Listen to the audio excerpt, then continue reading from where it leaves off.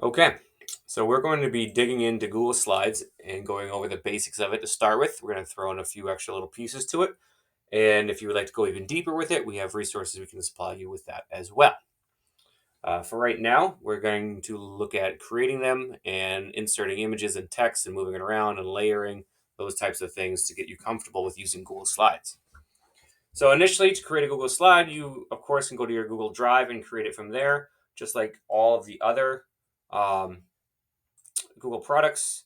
You can go to your drive and do that, or you could go to slides.new. Again, that also works with other Google products like docs.new and sheets.new, etc. And you can make one that way. Either way, I have one here already that we're going to work with, but you can create your own. Once you get in there, you have the usual share button in yellow up here, and you can type in people to share it with and give them a chance to edit or view, just like every other Google product.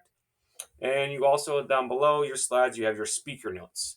So when you go to present, these notes do not appear on the presentation part, but you can still have them be seen on your laptop or your computer in order to have your notes in front of you or your speech or however detailed you want to make it.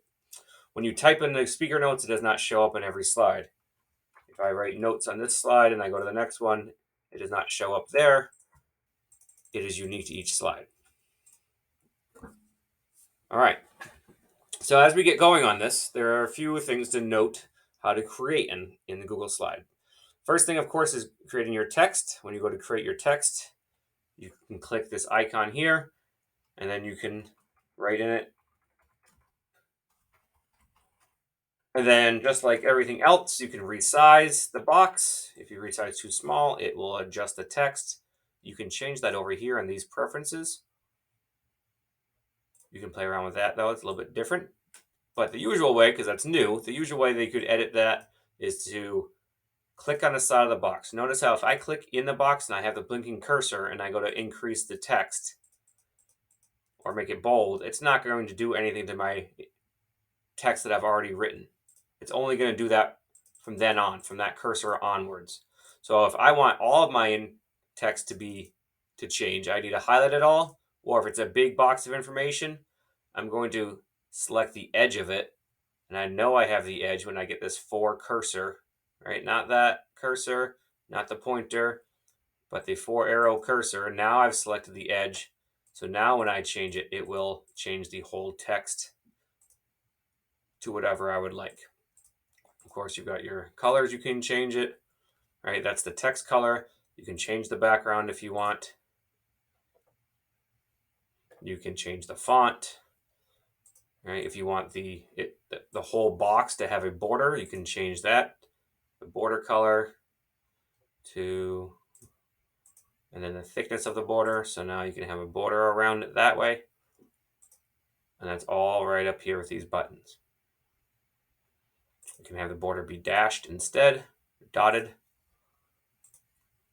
You can play around with however graphic design depths you want to get to on that. So that's the text box there. In addition to text box, you can also insert word art if you want. It's like the old school Microsoft Word art. Now, the advantage of this is it's going to be a little bit more bold. You're going to have more area inside the text. It's kind of treating them like shapes. Or when I go to fill, notice how there's no. When I click on here, my actual text, there's the A symbol there for text color. When I click on this, there isn't because it's not treating it like text. It's treating it like a picture or a shape. So I can fill instead, and that's where the word art part comes in, right? You can have whatever little gradient or different fill of your letters here. And if I go to make this larger, it increases with my box. It doesn't keep its same size. It changes with it. You can still have the bold and italics if needed. You can now, because it's more like an image, you can actually have other parts to it, like a shadow, and you can have more of an artsy part to it, right? That piece of it, transparency, rotation. You can't arc it. You can't make a little arc. I've tried that lots. You can't arc it, and there's not too much more you can do with it other than that, but it does give it a little different look to it. Because it is more like an image now, you can animate as well. Okay. I mean, you can also do that with the text box, but word art makes it a little bit flashier looking. All right, so I'm going to get rid of that, though, for right now, out of our way. The other pieces you can insert and create, again, you can go to the insert button and see everything. A table if you want, charts that you can make on your own, or you're probably making Google Sheet first before you do a chart from there. But the other pieces you can then do that are basic is a line. If you want to have things point, you can start with your line that way. You're like, oh, I wanted that to be an arrow. Well, you have different options up here now. You can have an arrow or box. You can have it whatever. However you want it to look. If you want to change the thickness of it, that's what this part's for. You can change the color of the line. If you wanted another new line, again, you can go to this line tool and you can choose an arrow from the beginning. If you polyline means you're trying to make a closed off shape. You can make your own custom shapes this way. And then you can treat it like any other shape and fill it in. Again, with the border or the thickness of it or the color of it. Any of that you can play around with as well to create those shapes. Now, if you're going to create a line and you're trying to get it perfect, right, you want it to go straight across, and you're not sure if it's straight, it's hard to tell. When you make a line, if you hold down Shift, I'm holding down Shift right now, if you notice, see how it's only moving in certain increments? Where if I let go of Shift, it basically gives me every degree in any direction. But if I hold down Shift, it moves in certain chunks. So that means right now I know that's perfectly horizontal. And like this, I know it's perfectly vertical. So again, I'm just holding down the Shift button as I move. And then I can get that perfectly straight line that I need. Okay. Inserting shapes. Let's start to try to build this character here that's already pictured. So I see a rectangle. So I'm going to put a rectangle out there. And I'm going to change the fill to a blue. I see a couple of triangles. So I'm going to make the triangles and they look exactly the same to me. So after I've made one of them, I can copy and paste Control C and Control V and I'll make another one. Or I can do Control D and it will make another one as well too. So I've got those ready. Now I need these arrows. So I can go to this arrow line. I can go outwards like that.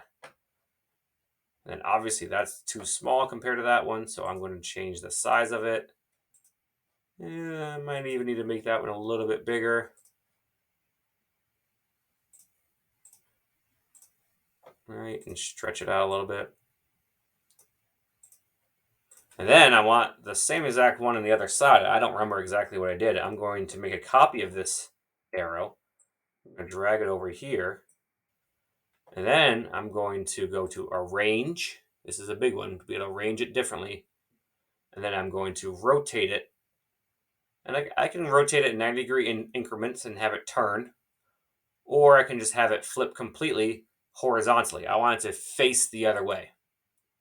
So now I know it's exact same as the other arrow because I copied and pasted it, but I flipped it to be exact arrow, but facing the other way. And again, I did that by going to Arrange, rotate, and flip it horizontally. If I did it vertically, it'll just make it point the other way. Okay, and then finally I can go and I can insert this little smiley face up here.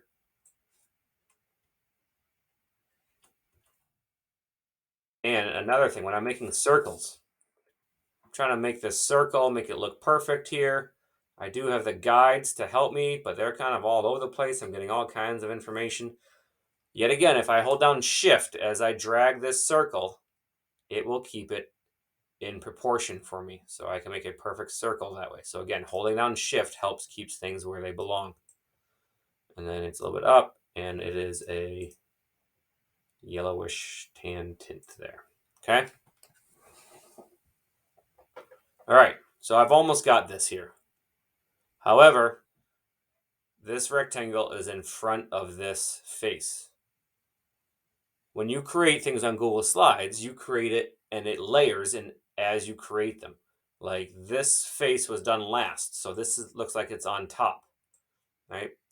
This arrow was done after the blue rectangle, but before the face, so you can see, right, the blue rectangle was done first, then the arrow, and then the face, and that's how they're layered. These gray triangles were done after the blue rectangle, so they're going to be on top of the rectangle, and they were done before the arrow.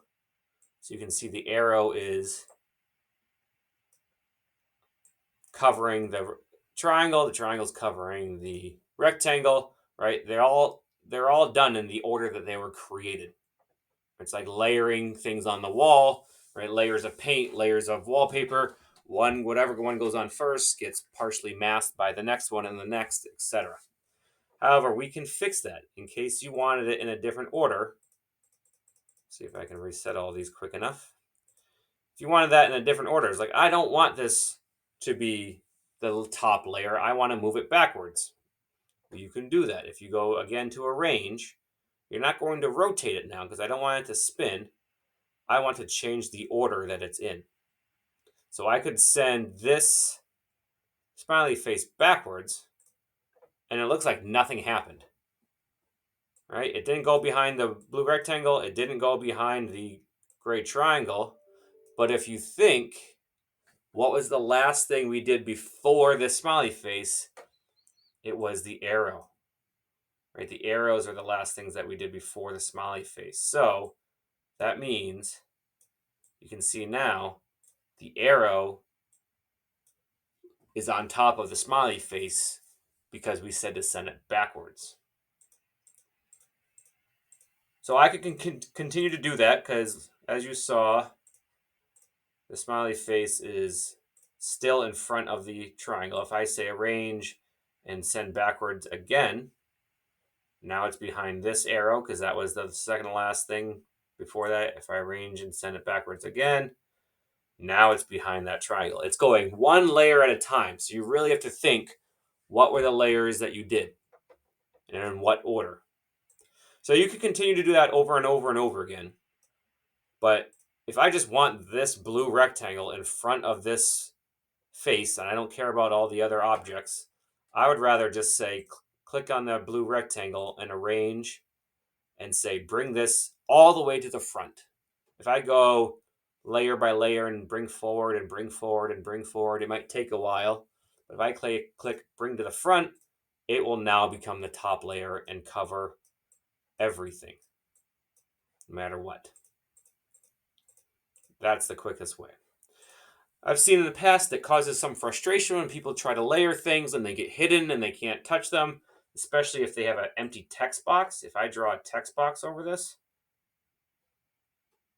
and there's nothing in the text box,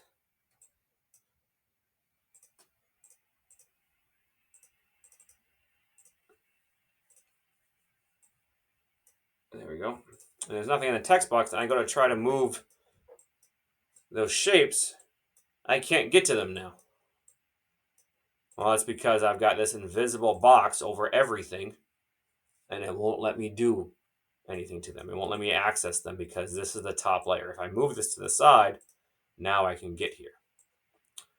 So that is also a potential helpful thing. If you don't want kids to mess with some things, you could always just put like 2 or 3 invisible boxes over it.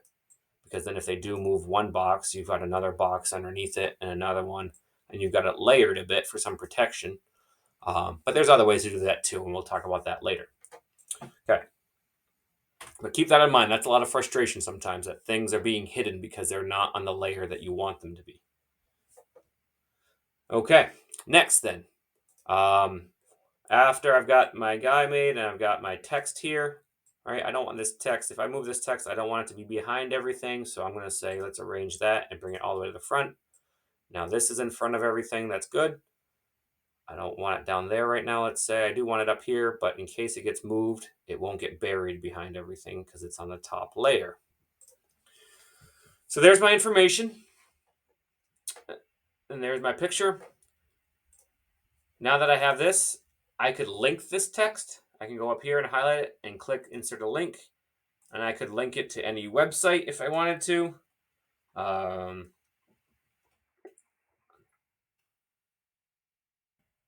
Main.gov. It actually does a little bit of a search, right? Main.gov. There we go. It's linked.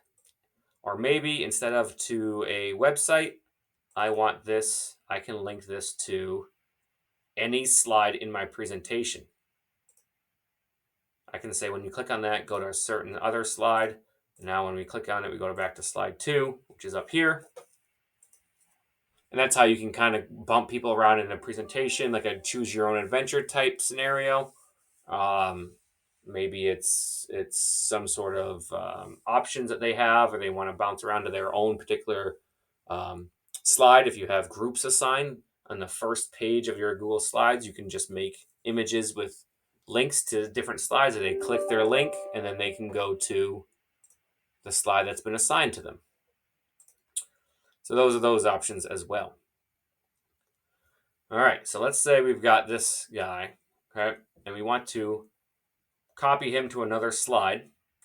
And if I have all these shapes separate from each other, it's going to be difficult because I don't want to just copy and then come down here and paste and one by one. So the next thing besides arrange that's going to be helpful for us is if you have multiple objects, I can click and drag and select all of these. I can click and hold down Shift. Shift is very helpful. And I can select all of them that way if I click on all of them separately. However you want. I usually just click and drag. And I can go to arrange, not order anymore. I don't need to align them. I could align them in the center and then everything becomes in the middle. That doesn't really help me right now. What I'm going to look to do is group them all together. This is going to kind of tape them together. I can always ungroup them if I want to and do things separately. But if I click group, now any one of these objects that I click, it will drag them all together. So now it's like one big image. I can copy and paste, and I can paste that into any slide, and it will appear in the same spot. And I can rotate the whole image instead of doing every object by itself. That's what this little blue dot up here is for, is to rotate.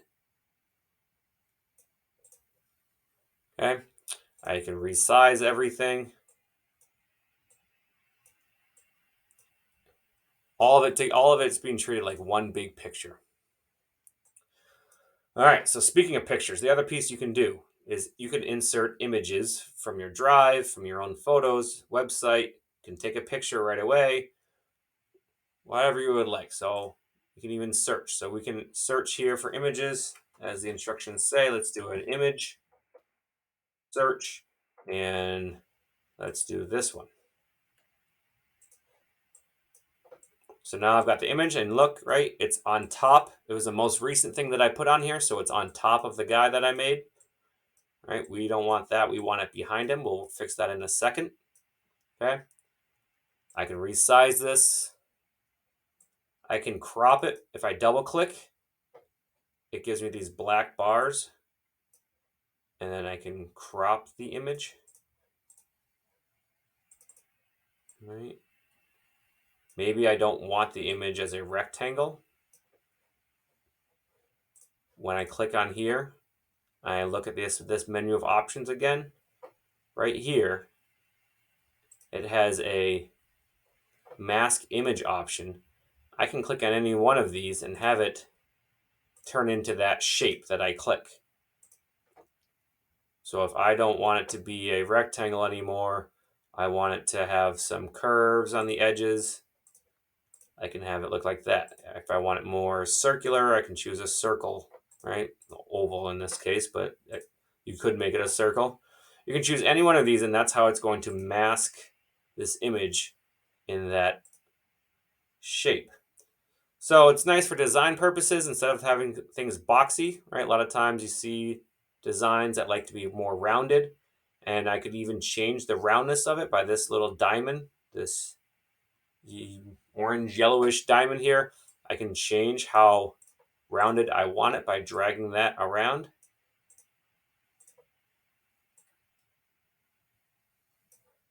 But you can change your image that way in order to have it more, whatever design you're going for, I guess. All right, so I could make this as the background. I could try to drag it like this, even though it's in front of everything, and then I can just go to arrange and say send all the way to the back, right? It didn't go behind this text here because this text is part of the slide. This text is not actually on this. It's not like pasted on the slide. It's attached to it directly. We'll talk about that again in a minute too.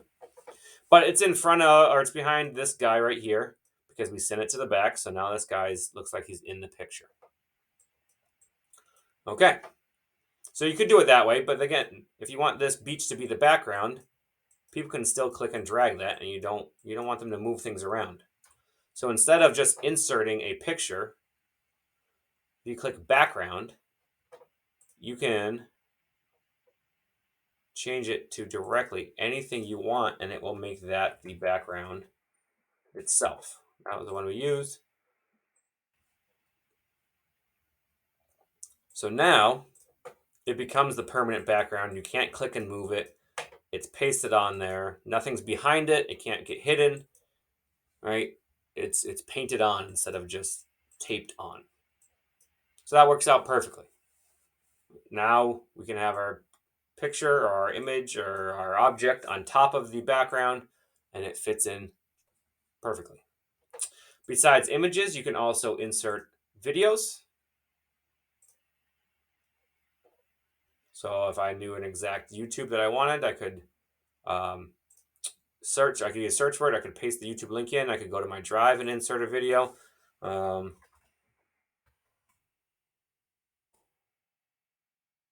We can insert a video here. And now I can have that video play. If it's just audio I want, I don't have to use a video, right? Maybe you do want the video there. Maybe that you want that to be part of it. That's fine. But if it's really just the audio I'm looking for, there we go. Click off of it to help me click and drag it off to the side. If it's just audio I want, you can also insert audio as well. Now the audio has to be in your drive already. Right? It has to be saved in your drive somewhere if you're going to insert the audio. So that means you need to create it, you need to download it, upload it into your drive, whatever it takes to get in there, and then you can insert it in, and it shows up as a little icon like this. Right? And just like everything else, you can resize it. You can do, it treats it like an object.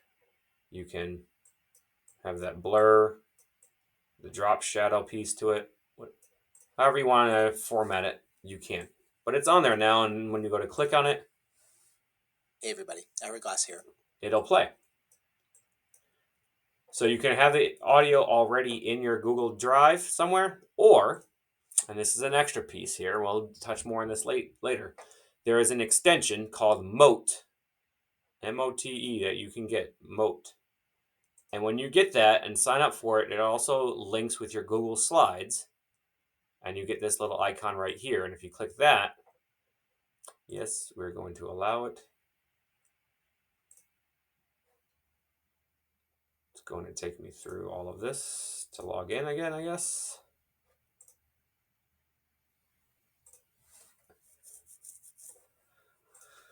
Give it permission for everything.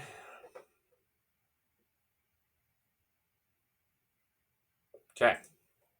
So Now that I've done that, I can click this, and here we are. It gives me this option. I can click to start, and they will start recording. So I can make a recording and have it go directly into my slides right there and then. I don't have to have it done ahead of time. So this could be really useful if you have instructions or you have text on the slide that you can read aloud, and then students can click on it to hear instead. Hey, it looks like he is relaxing now. Paste him in on this slide and give him a background. Within the slide, search for the beach picture, choose the first option, and insert it as his background. So as that saves, it'll create an icon just like this other one. Right? It's saving to my drive. And then it will, should anyways, insert it onto the slide. We'll pause this and come back to it once it's done. Okay, so it has glitched somehow and not inserting it. So you can see though it did save it into your drive right here already, so I can insert it separately, and I can go to select and it will insert it that way as well. And then it shows up like this. If it does it correctly without glitching, it will have like a little this little magenta looking color to it, instead of the usual gray, because it's showing that it was done through Moat instead of the Google Drive. But in this case, it glitched, and I just inserted it separately. I stopped the process and did a separate insert, and it's here now. So it can be played and given next to the instructions. All right. So let's say you're working with somebody and you want to catch them on what you're doing, or you need them to work on something as well. Right? You can make comments on Google Slides just like anything else. So I can insert a comment when I select this object or the text, whatever it is that I want to make a comment on, and I can write a comment for it as well. Or I can say, all right, I need this specific person. So let's say it's myself and my other account. So I want you. So I type in the @ symbol, and then I type in their address, and it will then sign their comment to them. Check out this image and tell me what you think. Look at that. And you can assign it. Now they will get like a notice that they have a comment waiting for them. Pretty useful if you're collaborating with people on a slideshow. Okay, then the final couple pieces here. Besides all that stuff on top, I'm going to kind of clear all this out because it's in the way. Besides inserting all that, if you notice, I had all this text on this slide and it didn't move. Right, the background went behind it, but this text didn't move itself. One of the most helpful pieces, and this is a deeper piece that you can dig into more, and there's other trainings we have on this. I'm just going to show you how to get to it. So if you go to slide and then edit theme, this is where you can make a slide and not have the text be able to be moved or have anything else be able to be moved behind it. So this is the slide that I was on where the text couldn't be touched. But now that I'm editing the theme, I can. Right? So if I go to this slide now and put in text, this is my new text on this theme. Right? Now I can make this and exit out. If I go to add a new slide, see right here, this slide, that's the one I just typed on, and you can't touch and move that text at all because it's part of the theme. It's locked in behind the scenes here. Pretty handy if you're having kids work on Google Slides on a slide deck you made, and they're doing things you don't want them to mess things up, like this instructions. I don't want them to move that or mess it up. I will go into edit theme and make them that way, so they can't be touched on the other slides. Now, kids could figure that out and go in and edit that way, but it takes a lot more effort and it's less likely. Okay, so that's the edit theme piece. A couple of last things as well. When you're going to move your object around, notice how I'm getting these. I'm going to get rid of the background actually so I can see things better. If I go to move, you can see those red lines helping me line where things go. And if I get it there, that means it's perfectly in the center, left to right. And if I get both of them, it means it's dead center to everything. Okay. And then there's other guides that happen too. So sometimes if I have another object on here and I don't want it to, if I don't want like the guides to mess me up, because sometimes they push you and you don't want it to be exactly where it's telling you to go, you can always go to View, Snap to, and then uncheck the guides. If you uncheck that, you won't get those red guides anymore, which those ones are useful, but there's other blue ones sometimes. And they can be frustrating because you can't get an object exactly where you want it to be, right? As littlest spot as you want to make it, because the guides are pushing you to certain spots. So you can turn those guides off, get your object where you want it to be, and then turn them back on for other objects later. Okay, so if you're getting frustrated about things not moving exactly where you want, go to the view and turn off the guides, and then should be able to slide things to the exact spot. All right, and then lastly, here's another little trick here. If I'm presenting this and I don't want to, if I click present here, right, it takes up my full screen. If I don't want it to be full screen because it's getting in the way, change the end of this. See this last backslash where it says edit? Change the end of that and type in present. It will give you full screen here on your browser, but it won't take up your entire window, and you can still access other tabs. Really helpful if you have other things going on that you want to show when you're presenting and you don't want to have to exit out of present mode. All right. So those are definitely, and I just got to click escape usually to get out of this. That one's not working, so I'll delete that and go back to edit, and it'll bring me back. So those are the basics of Google Slides. Feel free to check back over the video and look at things over again, but that covers a lot of the basic skills, and there are some more advanced ones we can dig into if you check it out on the other options on the presentation here and the other slides. Happy creating!